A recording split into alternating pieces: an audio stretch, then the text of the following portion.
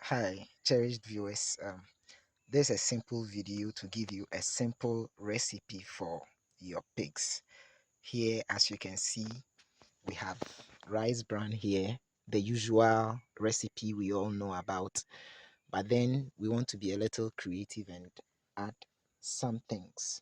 The most important thing is that you have to look at your environment and see the kind of things that are edible for the animals, because you need various forms of nutrients for your animal so that your animal will be able to be nice, your animal will look healthy, your animal will look great.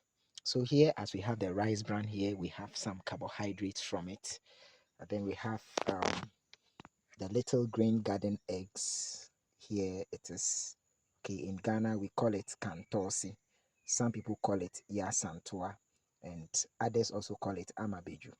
Yeah, so it's a nice thing. It's nutritious. We eat it, we use it for soup, we use it for stew, and it's a delicacy here in Ghana. So knowing that this is so nutritious, that means it will be good for your animals too. So since I enjoy it in my meals, and I know it gives me a lot of nutrients, vitamins, adding it to the feed of the animal will make it very nice for it. So here I've boiled it. I've boiled it. So this is the boiled kantorsi. I've just boiled it small to, make it a little unique, and also to prevent it from germinating haphazardly when I go to um, dispose of the feces of my animals. So I have kantorsi added to the meal. I also have here with me soya beans chaff. I also have here with me soya beans chaff. You know, soya beans adds a lot of protein. It's one of the plant sources of protein. So,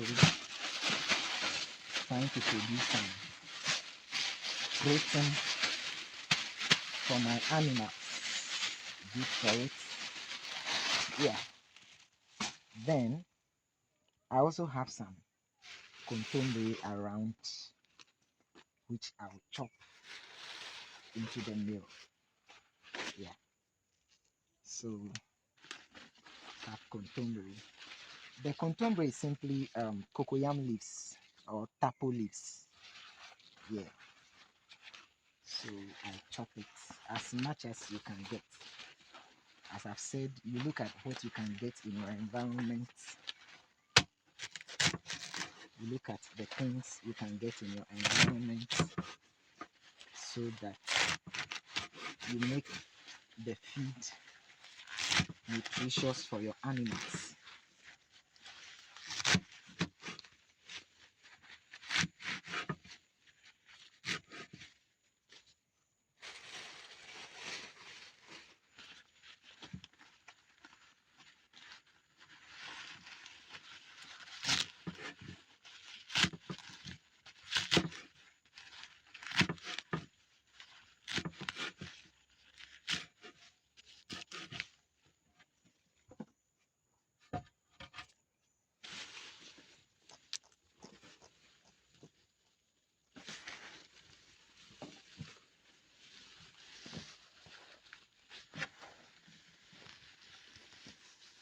So I am not adding water because um, the soya beans is already wet.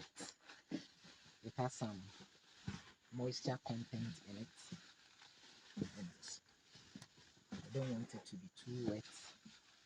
But then when you are working on it and you realize that you want to make it a little wet, especially you have to take note that if you don't have a constant flow of water for your animals, it means that your food has to be extremely wet.